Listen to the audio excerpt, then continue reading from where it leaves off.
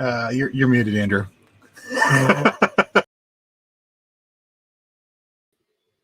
That was a joke. Welcome to this fireside chat about fast API and RediSearch and doing full text search for your website. We're going to talk about, that specific problem, full text search on your website, but also a lot of the things that we'll be talking about will be generally applicable to search projects. So we'll see lots of things and have a great time. Let me give you a quick overview of, how the next 50 minutes or so will go, and then we'll dive in. So the first thing that we're going to do is I'll give a really quick presentation, just sort of introducing this project that we've developed to do full text search of our websites, and a little bit about how that works. And then really quickly, we'll transition to just diving through the code and doing a tour of the code base. I'll show you a demo as well of what it looks like on the front end to do a full text search on our site. And maybe we can dive in and look at like requests that the front end makes of the back end. And we'll just take a look at a lot of different things. So it's going to be great.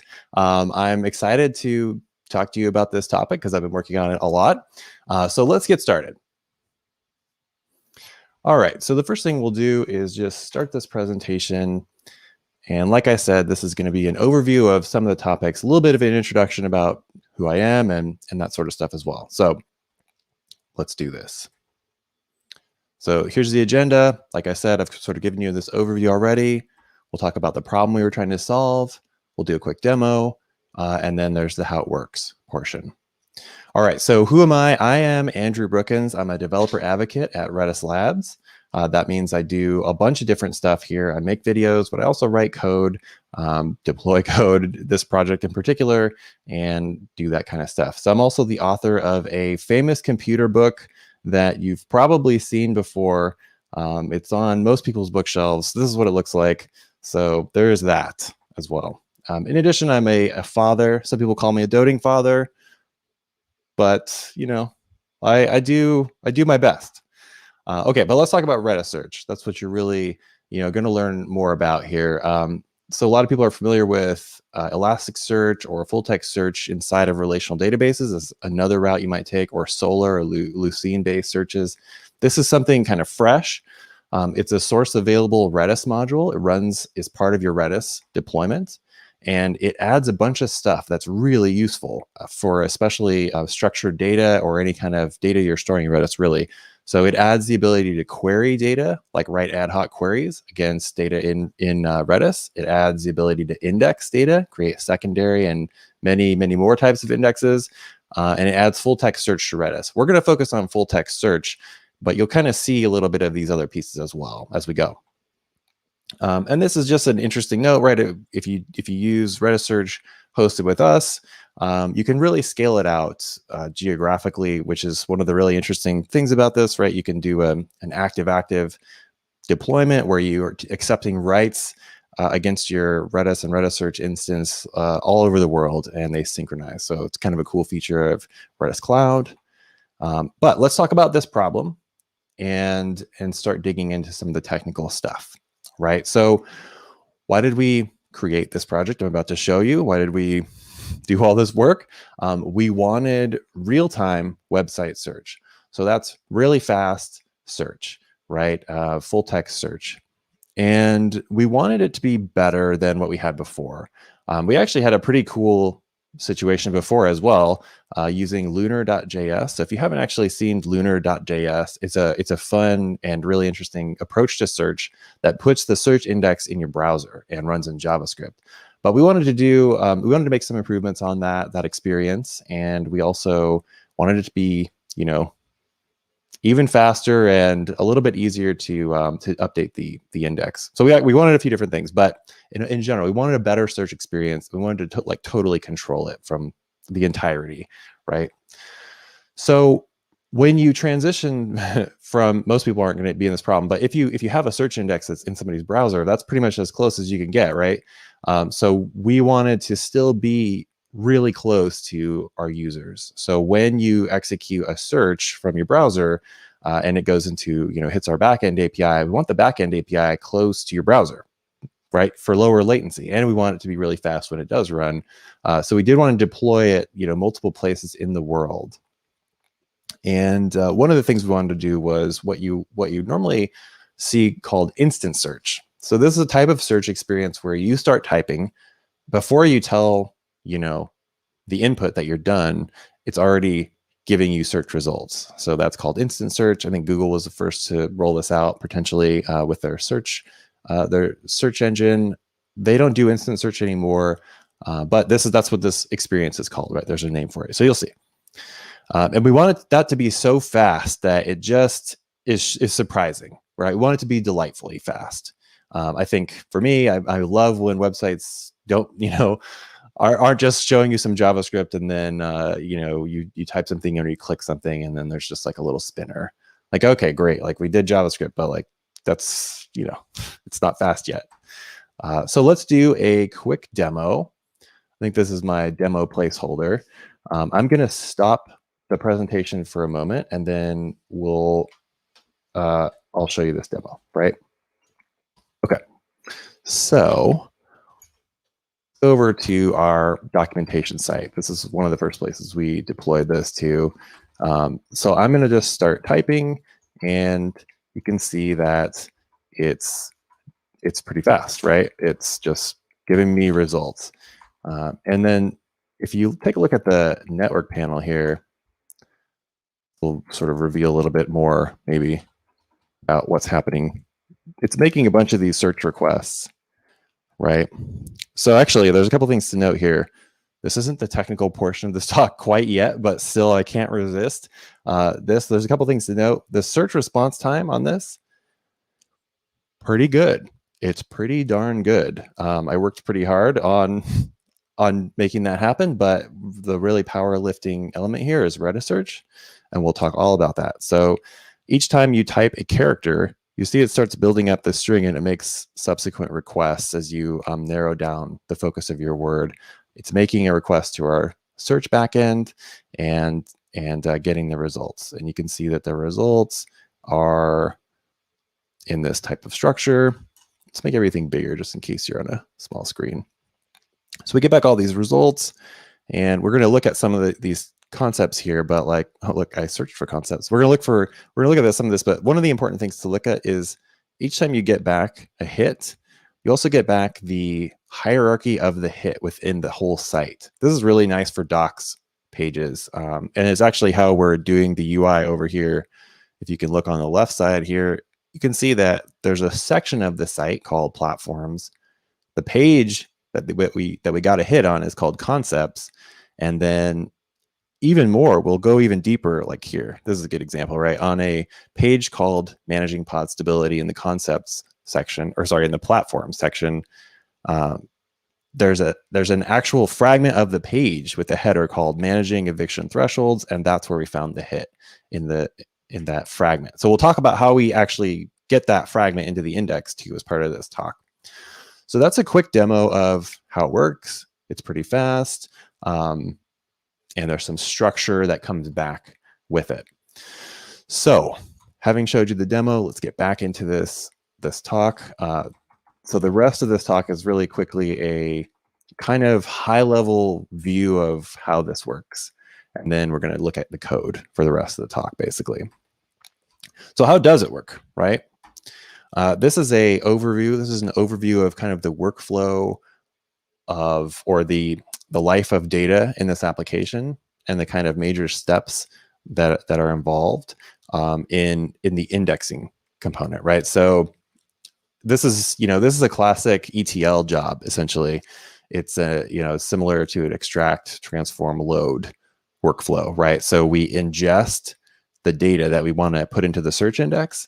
This application does that with scraping. So it's just really convenient when there's a site that already is deployed to scrape that content. It's a pretty fast process as well. So we just continually on a schedule scrape the docs page, and the docs site. Actually, so we scrape a few different sites, but I'll leave it at that, right? We scrape sites with Scrapy, the Python scraping framework that's pretty popular. And then we have some special logic to parse the content of the page once we get it from scraping. So that's roughly, the scraping step. And then there's other things that we do that are more about like preparing a document to go into the search index. So there's like custom scoring rules that we apply at indexing time. And this is similar if you're familiar with search, you're familiar with the concept of scoring. If you're not, scoring is like how relevant a particular document is in the index to the search query that a user made. But there's lots of things that can affect scoring, right? There are some things that can affect scoring at the time of indexing, like things that we know as we index that we want to apply will apply at this step, right? There's other things that come up though when somebody searches for something that we want to dynamically change the score, and I'll try to remember to take a look at that with you as well, because we can do that too. So I would calling that sort of transform step. This is also where we build the site hierarchy that you saw we got back when we made a search, so that we know exactly where in a particular site a piece of content that we found came from. All right, so then the final step for our indexing perspective is that we actually index the data into Redis and RediSearch. So with RediSearch 2.0, which is the current release of RediSearch, you have the option of putting your data in hashes in Redis. These are like hash tables. They're single depth, right? So there's a key and a value. And that can be challenging for some types of data that you want to index or even just store in Redis. Another thing that we can now do, or we're releasing this currently, is you can store data in Redis as a native JSON object. So not a string, but you put a JSON object in there and RediSearch can follow parts of it, right? So it's pretty cool. We're not using JSON in this project yet. We use hashes. But I will show you how hashes and RediSearch work. All right, enough of this diagram. Be gone. Let's talk about the querying side, right? So once it's indexed, all these documents are indexed. How does querying actually work? This is a right to left diagram. So we start at the front end, like you saw during the demo, and the user makes a search. So we make a GET request of the backend API, and the backend API does some magic. We'll see a lot of what it does just to prepare a query correctly for RediSearch, and runs the query against RediSearch with the ft.search command, right? And then of course, RediSearch returns results, and we do also from the search API's perspective, we kind of package the results up and give them to the front end. Okay, so that's basically it. That's for the presentation side. That's all I wanted to show you. Quick overview of like the big pieces involved. And now I'd like to take a tour of the code, right? And so these are some of the things that I'm going to show you, and I'll probably explore other parts as well and talk about how this works. And then afterward, we'll have about 10 minutes for a Q&A. So you can ask questions however you want. If you want to put questions into the chat, wherever you're at right now watching this, you can do that. Or you can, well, actually, that's the best time. And then at the end, we'll have 10 minutes and I'll try and answer any questions. You can also wait and then put them in there at that time as well. So either works. Okay, so I'll probably just forget about this list in a moment, but I put some bookmarks in my editor to help me stay on track. But before I go, later I'll upload this slide deck, and you can take a look at this. The most important part is probably this slide, because it has a few different resources you can use to sort of get started if you want to learn from this project in your own search project. Sort of take a look at how I've done things and borrow anything you want. It's open source. It's MIT. You can do whatever you want with it. So is the front end search component. So there's a back end and there's a front end. I think both are open source. We can verify that in a moment when I'm actually exploring code. But there's a blog post. These are all links when you get this. If you care about that, there's links to a blog post describing the first version of this architecture. And then there's different stuff if you want to come and talk to me, or you want to talk to the team, the education team and the developer advocacy team about how any parts of Redis work. You can do that on our Discord server. If you want to learn about RediSearch or Redis, you can check out our YouTube channel or our Redis University site, where we have courses. There's even a RediSearch course that I made, so if you're interested in that. I think that's the end of this. Yeah. So thanks for watching this very quick presentation. I'm at Abrookins on Twitter. Okay. Now the boring stuff is over. Let's get to some code here. All right. Cannot be relied on to remember really anything while I'm talking. So we'll just look at this list of bookmarks. I've been using VS Code lately to try Copilot, and so one of the plugins I found was a Bookmarks plugin that actually comes with PyCharm. So I was surprised that you didn't just get to do that in VS Code. But nevertheless, let's look at these. These are all my bookmarks of things I'm going to talk to you about, so we can see. Let's do like just a quick read through here. So I want to show you the Search API with Fast API. Well, we have a Docker Compose file in here that stands up like the architecture for this app locally if you're developing. One common problem that people have with search projects is controlling product synonyms. So like if you're indexing anything where your domain or your corpus, of terms includes specialized terms that people might type incorrectly, or they might type part of a word, and the word is so common as part of your product that they would get like the wrong things coming back. And you really want them to get like stuff about your product because that's probably what they're searching for. I'll show you how you can do that. They're called synonyms in RediSearch. So most search engines like tokenize input, and they tokenize the strings that they actually put into the index. So tokenization usually splits on punctuation, and that's what happens with RediSearch as well. But that's problematic, especially if you have a corpus like a docs site that has terms that include punctuation, where the punctuation actually matters, and it offsets that search term. Like, for example, like active-active is one of ours, or CRDB-CLI, which is like a command line tool. There end up being tons of these kind of things that if somebody goes and searches for that, you want them to get hits from that exact term. You don't want them to get hits for active by itself or something like that, especially when search engines, like most search engines, also use stemming. So they'll get all kinds of a variety of responses. Anyway, we'll talk more about that. This project can index multiple sites into the same Redis instance. And we do that with what's called a site configuration. We'll look at that.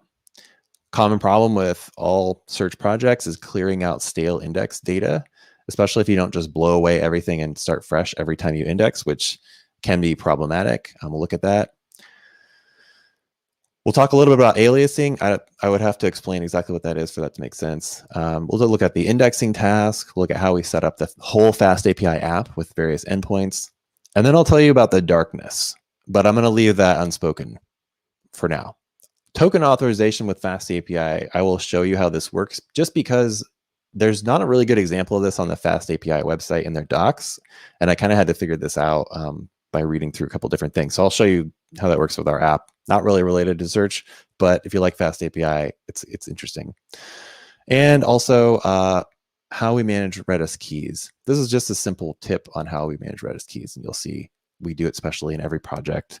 Okay, let's get started. Let's look at kind of what sometimes makes sense for me is if I'm looking at a new project, I like to look at from the outside in, kind of as far outside as I can get. So I already showed you the demo, right? Where you saw the farthest outside view you can get, just what the user sees when they actually search.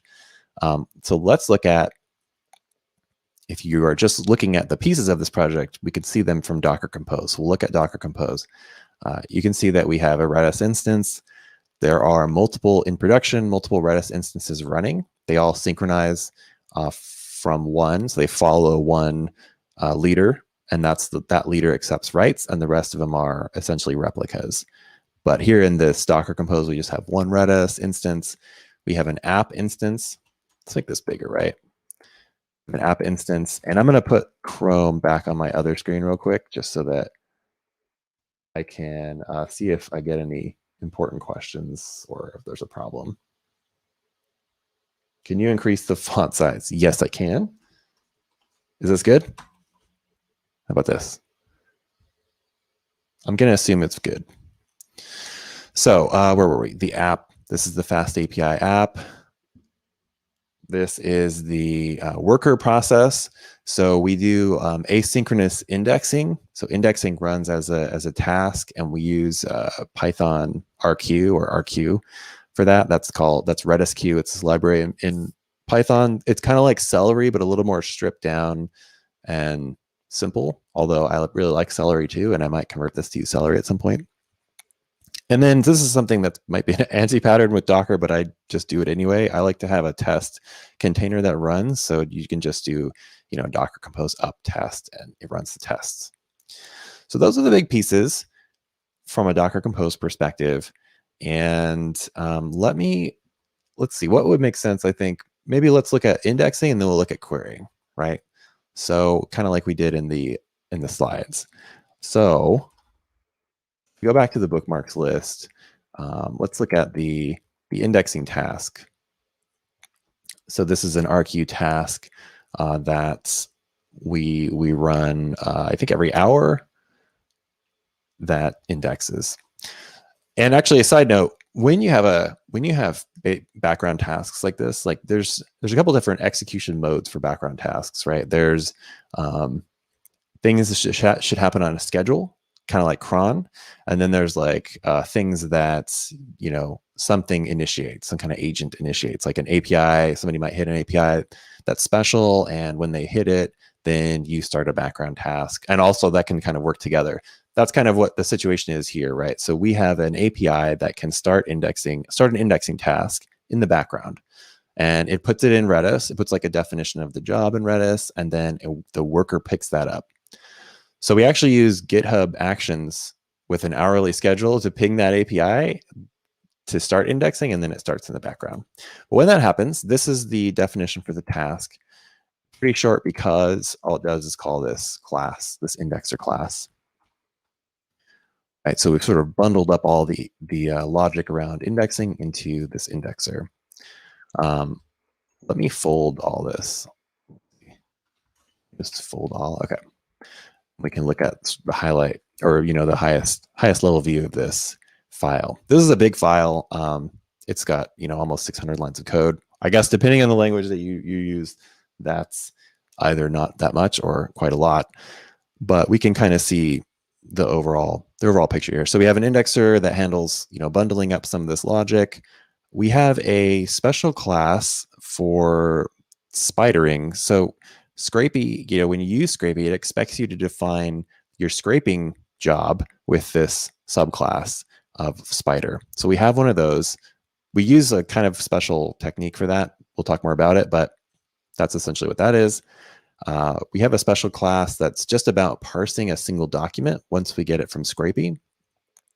Some helpers that help us navigate through a document as we're scraping, and we use an MD5, hash digest for stale detection, essentially. So we hash everything that goes in the index so that we can do we can check to see if there's old content that didn't show up in a new indexing run that's still in the index. We just delete that.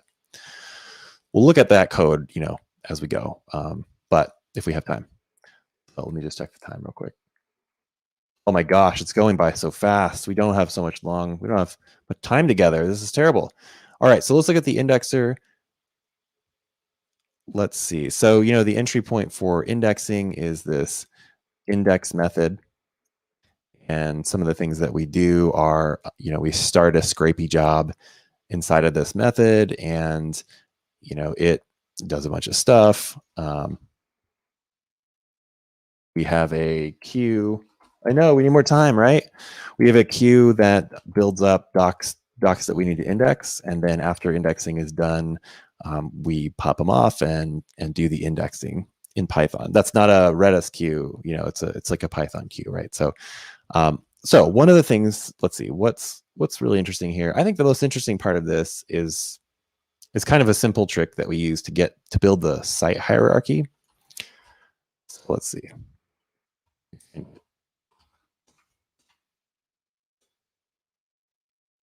Probably had like a bookmark, but you know how it is.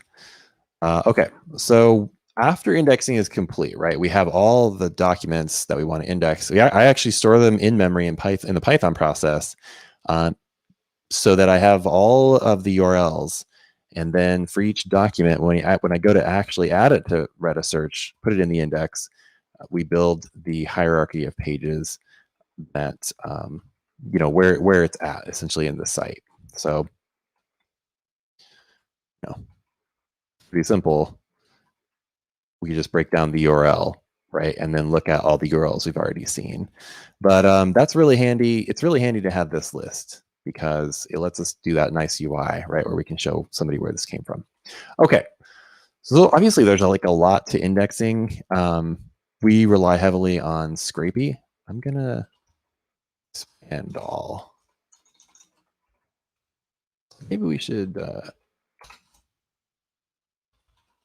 Okay, there's a lot to indexing. Most of it is, Scrapy. What else do we do? Let's see. The index. I don't know. There's a lot in here. You can let me quickly show you. You can check this out. Site search. So check this repository out if you want to look at any of this code I'm looking at. So the indexer, all this code is in there, and you can read through it. Okay, but let me go back to my bookmarks before I just start exploring all of the code. Yeah. So there's some common problems with search indexes. Like, one of them is, how do you handle zero downtime, like deployments with search indexes? If you are, so what we do, one of the things we do, right, is when we index, we always index into a completely new index generally. But there's an alias, right? So with RediSearch, you can say that, there's this alias, like a name, and let's call it like the site search index, right? Or the site search alias. It's a complicated namespaced Redis key in reality, but if you, in your mind, right, we have this thing that's called the index. Our application generally only looks at that when it queries. So it's looking at an index called, the site search index. But in reality, there's a bunch of these indexes because we create a new one every time we index. And then once indexing is totally complete, we switch what the alias is pointing to. So we point the alias at the new actual index, and then everything continues on, right? If somebody is making a query, there's no downtime for that or anything. Just all of a sudden they're getting, better results potentially, right? Or more relevant results because we released some new feature.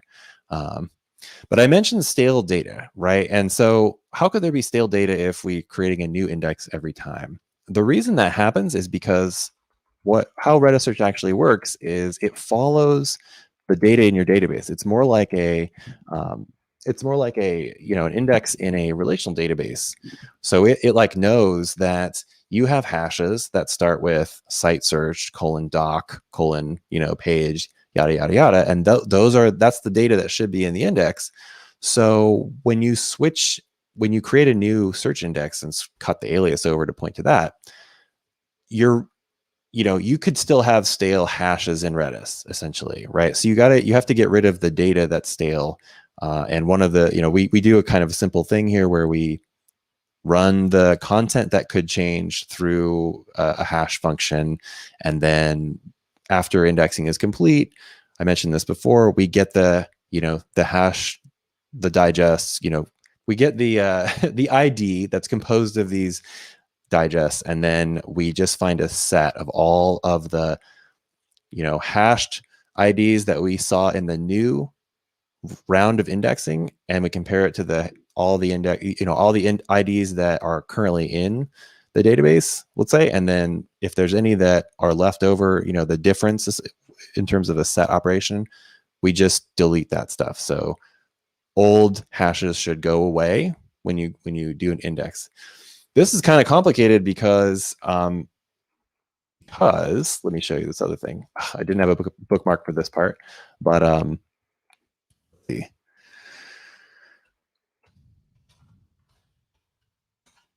Because we don't just index a page, and this is something I showed you earlier, but let's talk a little bit about it.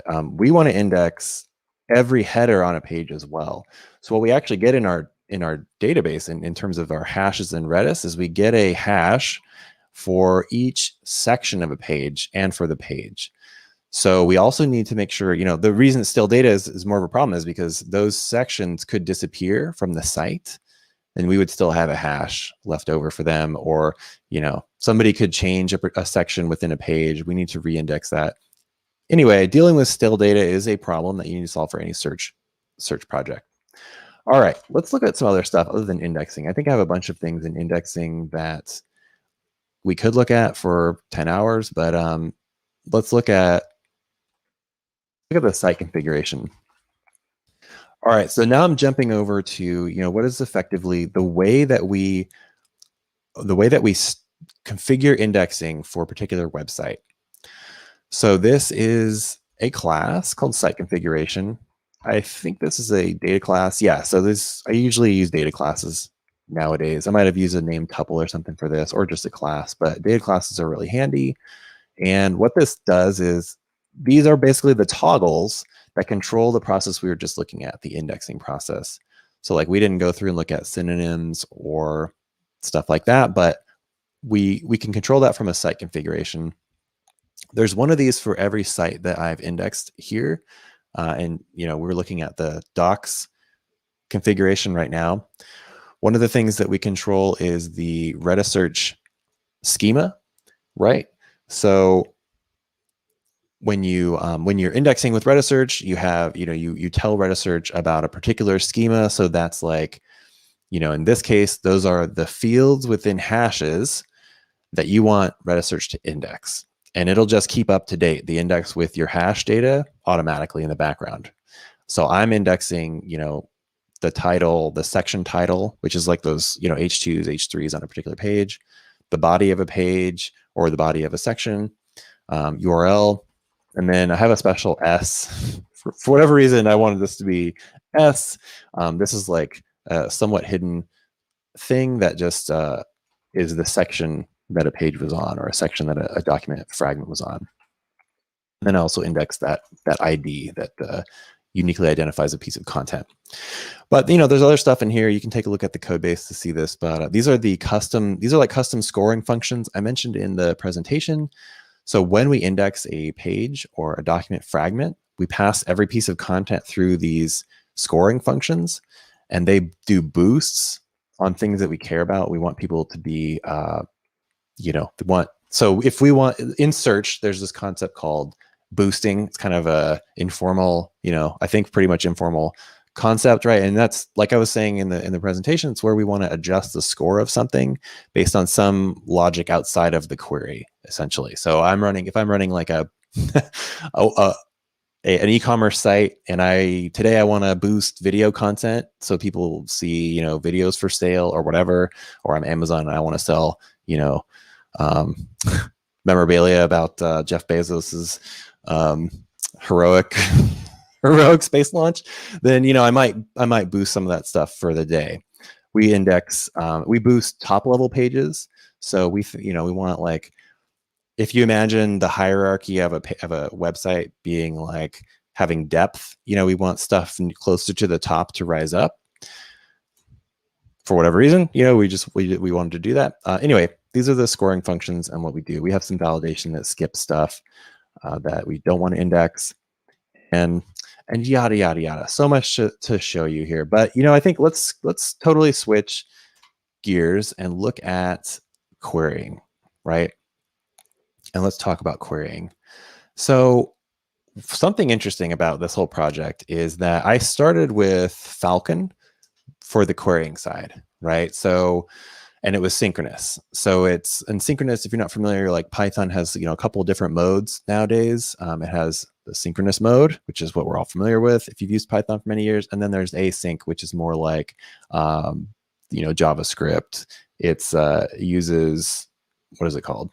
I forget the name for it, but essentially the way that we control whether, the thread, so to speak, should yield is by manually and explicitly telling Python within our syntax that we want to yield. We'll look at that, but effectively you can be synchronous or you can be asynchronous with Python, or you can be concurrent. We're not doing concurrency in that sense of multiple processes or anything. So But going back to why I was talking about this, right? So I started with Falcon, which is a different framework, and it was synchronous. And I wanted to see if Fast API would be faster. Essentially, it's Fast API and asynchronous Python versus Falcon and synchronous Python. So that's why I switched to Fast API eventually, and it's really fast. It's actually like super fast. I have a blog post about this as well, I think, on my website. If you want to learn more about that actual process, I think it was right here. It's just myname.com. But I talked a little bit about this whole thing. I won't talk about it here because you're here to look at this code. But so when you have a Fast API application and you split it up to be a little bit more complex than just a single file, you're going to have multiple files, and you'll have this app essentially where you create the app, the Fast API app, you add any middleware that you want, and then you include what are called routers. So these are the individual. If we flip over to here, this is the search.py file, and this is where we have our search API. It's called a router that you use to actually designate that this function right here is an actual endpoint, right? So here is the search API for our Fast API application, right? So this is the thing that actually handles searches. Let's take a look real quick. There's some really cool stuff about Fast API, aside from it being super fast and asynchronous, that I enjoy. And one of the things is it makes validating data and sort of pulling data out from a request kind of easier than it is in some other frameworks, right? So you in the body, in the list of parameters for your Fast API endpoint, you can put in the so there's a little bit of an overloaded term here, but you use the list of parameters for your function to define the parameters of the API, right? So if I say start is an optional, integer, that means that when somebody makes a request, they can specify start, and a Fast API will do the validation to make sure that that's an integer. So when I get it inside of the function body of this search function, it's an integer, right? I didn't have to do I didn't have to use Marshmallow or create like a schema class and validate it using that. I find that to be really handy and helpful. So yeah, you can, if you're interested in the details, you can read this. What you're looking at now is what happens, over many months of a project, right? This isn't just a demo. This is like a real application that's evolved in couple different architectures. And you would think, oh, it's just a simple like search endpoint. But there's a bunch of stuff we've had to do over time. So, and it's also like code that I adapted from a totally different framework. So there's some weird stuff in here.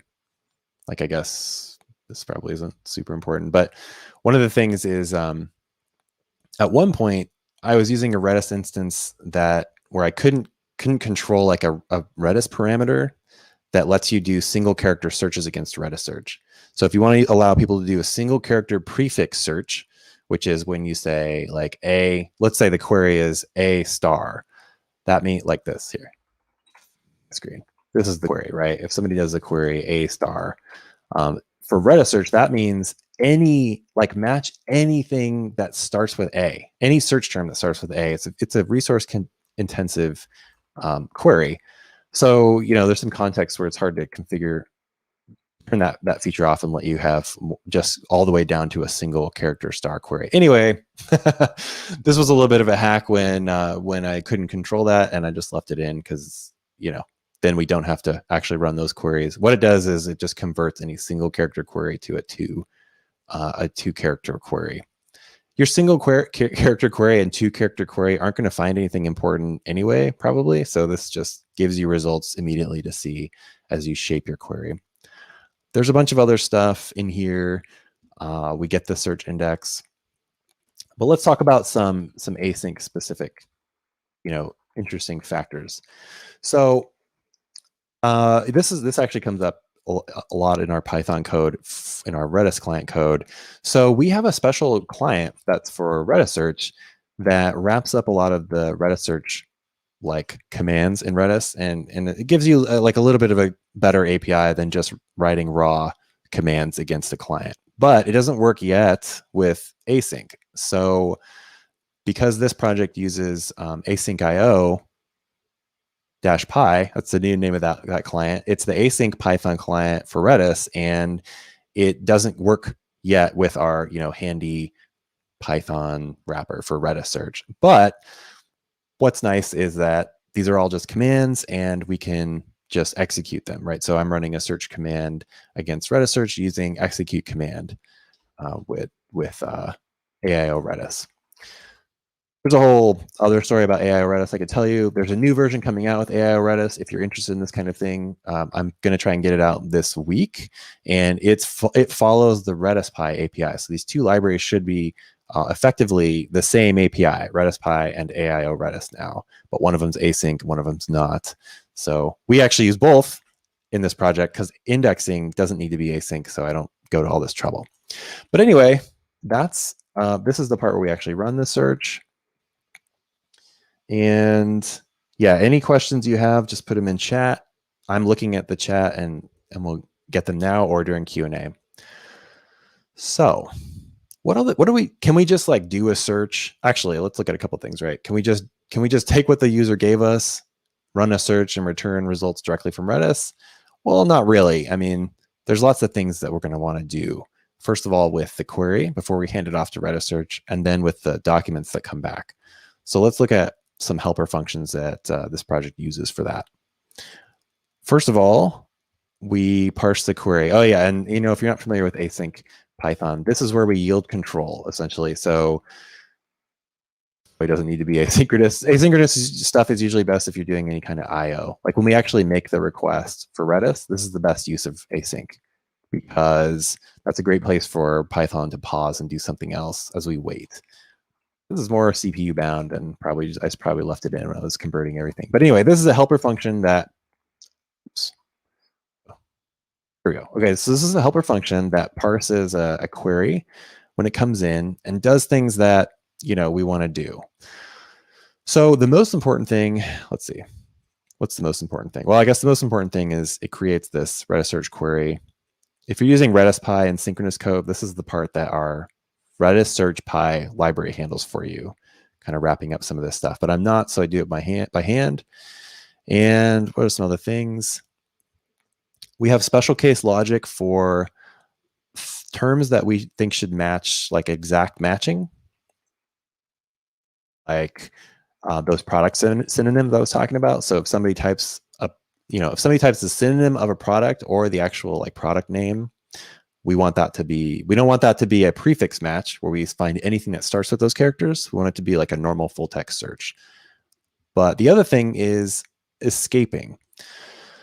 So I talked about this earlier, right? Let's look at this. This demo here is probably best. So let's look at those concepts or those terms I was talking about earlier, like active-active. So like you can see here, we have a bunch of stuff in our docs about active-active because it's a major product feature for us, and it has a dash in it.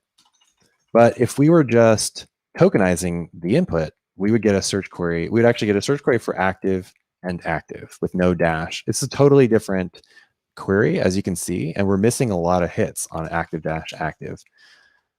So we don't want to tokenize the same way with this term and a bunch of other ones.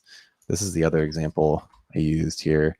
This is an important command. We want people to be able to find this command, docs on this command, like right away if they're searching, but it's not going to find it if we were tokenizing, right?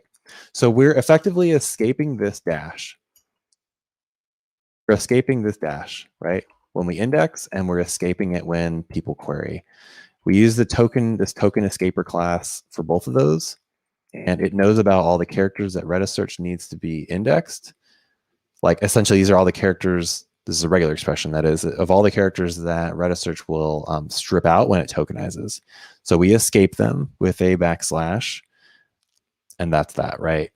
This is kind of complicated, but effectively what it does is, given a list of all the tokens we need to escape, we'll go through, and if they show up in a query, we'll escape all of them.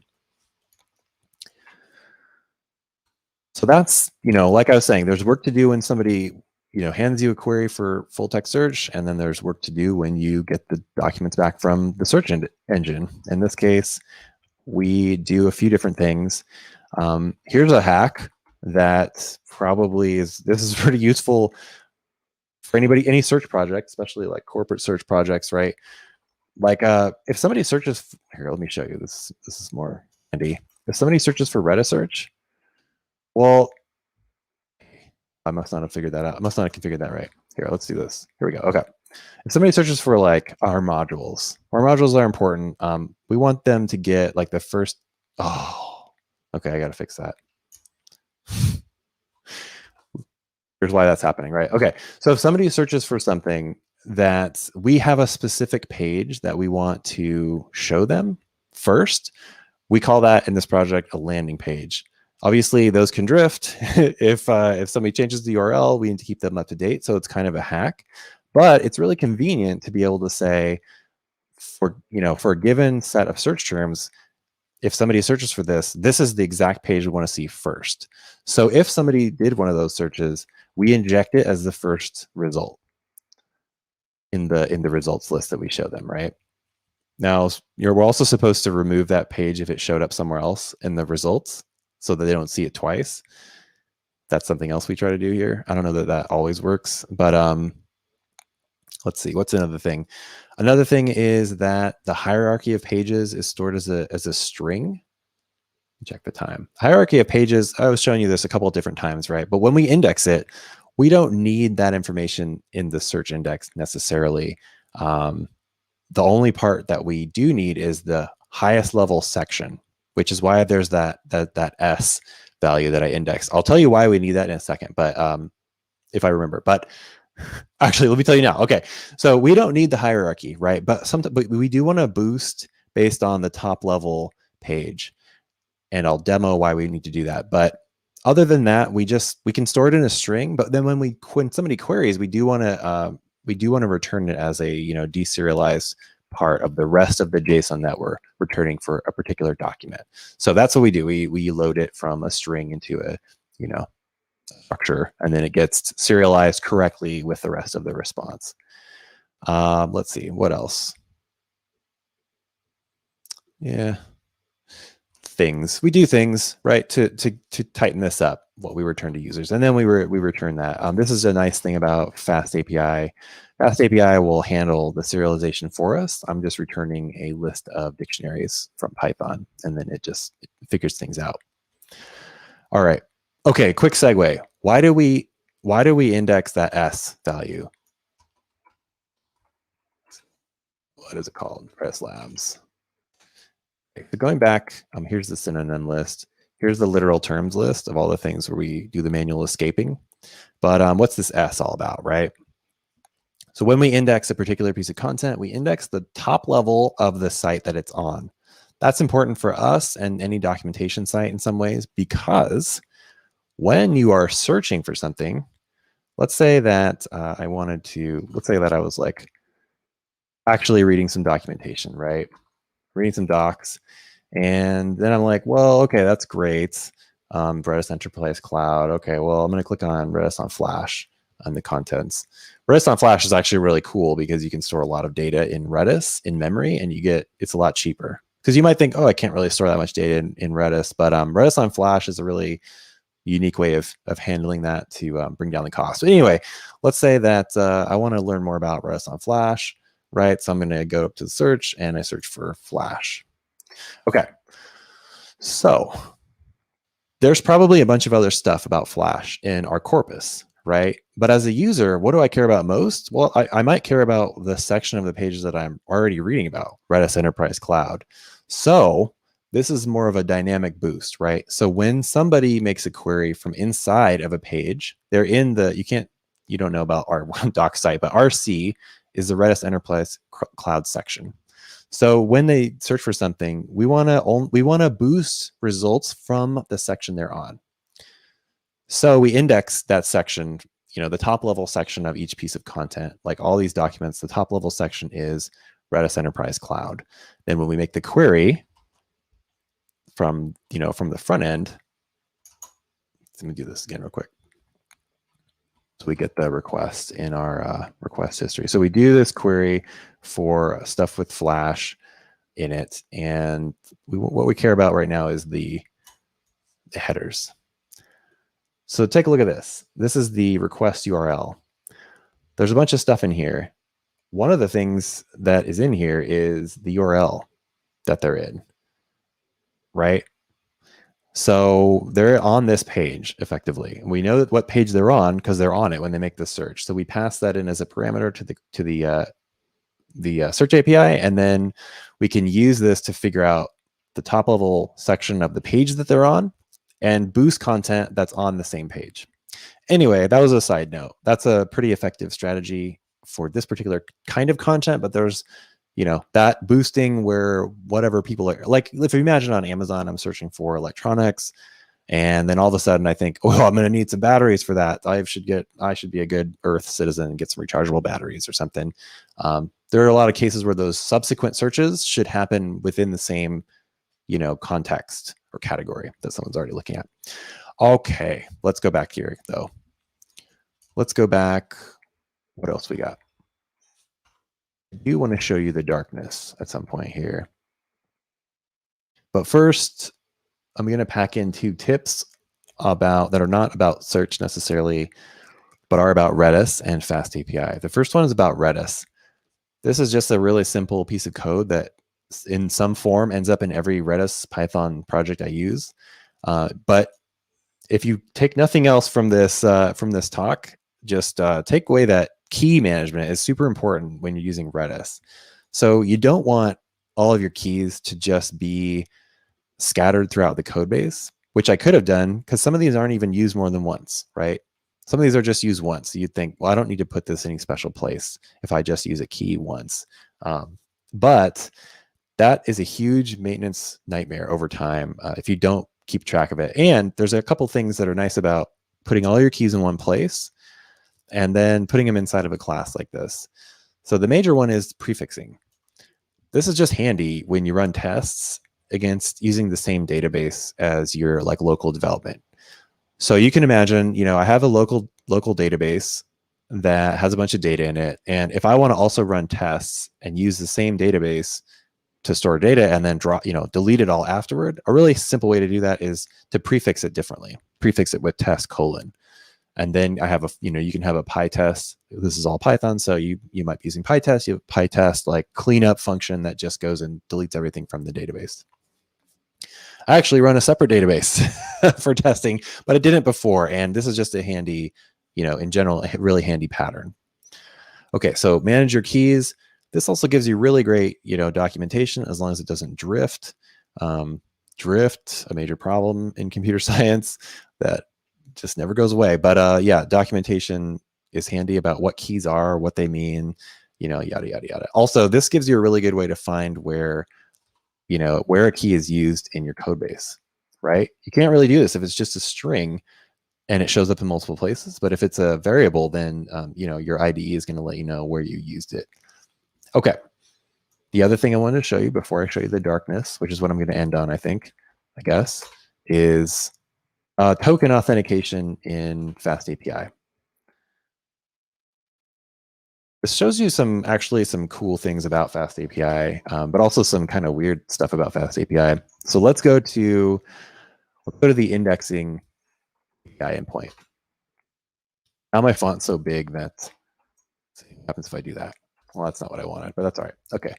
My font's so big that I can't really effectively split.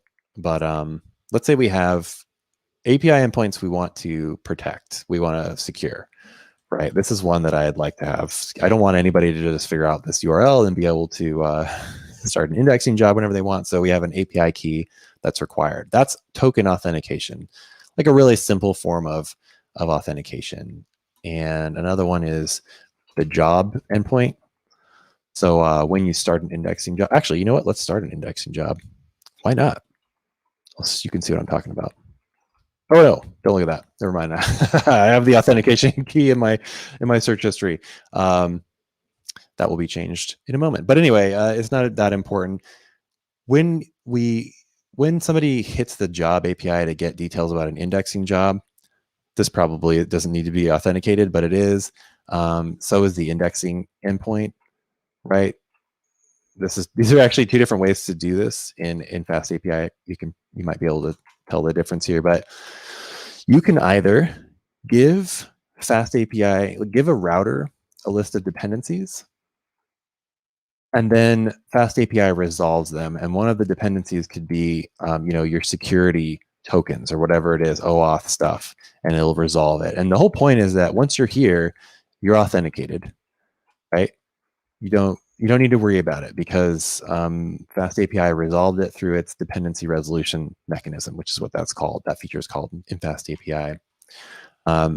If you actually need the result of this work, getting a token or something like that, if you need this, then you could put it in the parameter list for the function. If you don't need it, this is a good spot. If you do need it, then here's a better spot, right? And this makes a lot more sense if you read through the Fast API security docs, and you'll see stuff about how to like get users resolved from a token and stuff like that. So you like with Django or something, when somebody's authenticated, you don't care about anything but really who they are and your model that represents them. So you might get that. We don't have users in this app, so that doesn't apply to us.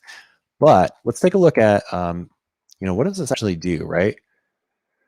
I don't care about that. So what you do is, for token authentication, you want to get a value out of a header. Time check. We're over time. You want to get a value out of a header and just check if it's the right key, right? So here I've configured the API key as an environment variable.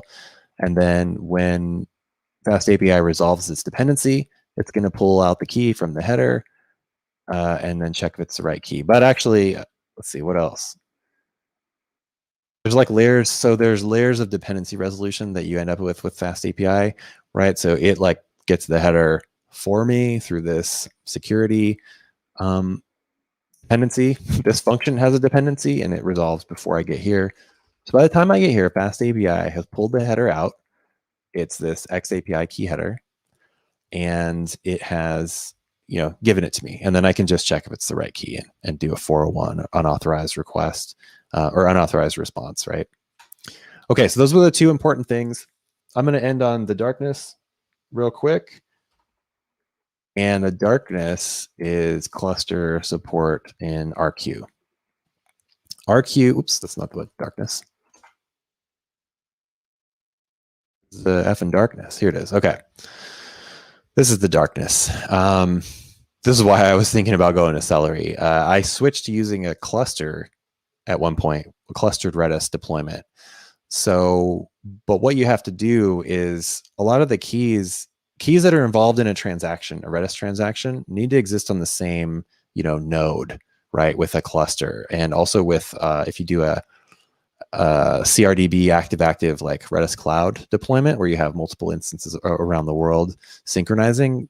So anything that exists inside of a Redis transaction, which is, not equivalent to a relational database transaction, but is roughly the same idea, right? Atomic operations have to exist. Data has to exist in the same node.